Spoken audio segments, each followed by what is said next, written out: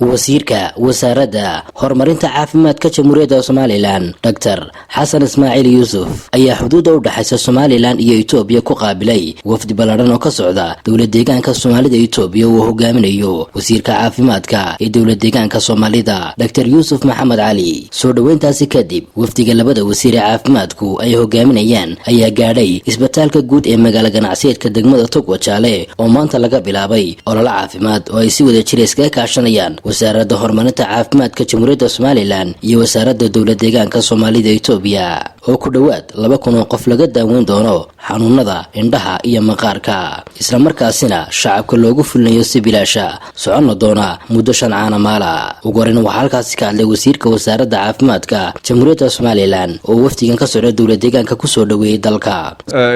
ku soo dhaweynaya wasiirka iyo wasiir xigeenka iyo wafdiga la socda heer sare aad baan si kalgacal leh oo diiran baan ku soo dhaweynaa Somaliland hawsha ay maanta aynu iska kaashanay aynu gacanta la galayna aad iyo aad baa ugu mahadsantihiin anigoo magacii dawladda iyo magacii madaxweynaha ku hadlaya aad baan idinku mahad celinayaa haddii ay ka dhigo sidaas sheegteen wax noqon mayso tii u dambeysay aynu iska kaashanay waxa iman doona hawlo badan oo kale oo xanuunku ma yaqaan xuduud si wadi doona iskaashiga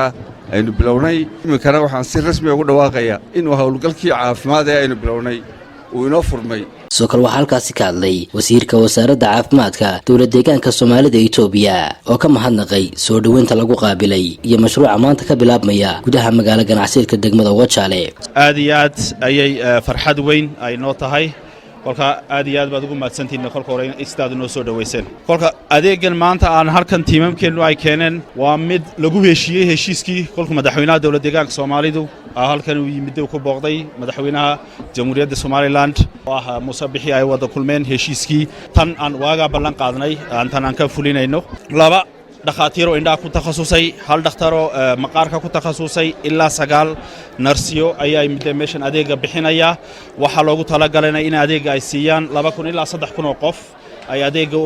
ay u fidin doonaan kolka tan waa bilow imika ahaan maahine dhammaadkii maaha waa mid aan sii xoojin doono soo kale waxaa halkaasi ka hadlay barsaabka gobolka Gabiley gudoomiyaha degmada Togwajaale agaasimaha isbitaalka Togwajaale iyo mas'uuliyiin kale runtii mashruucaas oo ah mashruuc indhaha loogu fiiqayo si bilaasha iyo xanuunada maqaarka ku dhaca oo runtii iyagana laga daweynayo runtii waanu soo dhaweynaynaa walaalaheena sida mutadawacnimada ah u keenay mashruuca balaaran maanta farxad weyn bay noo tahay inaynu mashruucani indha fiiqista iyo maqaarka aynu halkani ku qabanno markii uu shubanku bilaabmay 300 oo qof ayaa halkani shubankii lagu daweeyay 150 waxay ahaayeen dawlad deegaanka 150na Somaliland bay ahaayeen labada wadanba caafimaadku waa u faa'iido waana iska kaashanaya oo maanta hawshan indha jeexida iyo maqaarka oo loo sameeyo 2,000 oo qof in la eego waa 880 dadka maanta qoran dadka indhaha ka cabanaya si lamida dadka maqaarka ka cabanaya waa 300 oo qof baa la qoray shaqadu maanta inoo bilaabmaysaa 5 cisho soo socota halkan waxa lagu eegi doonaa dad 2,000 oo qof ah haddii ay ka badato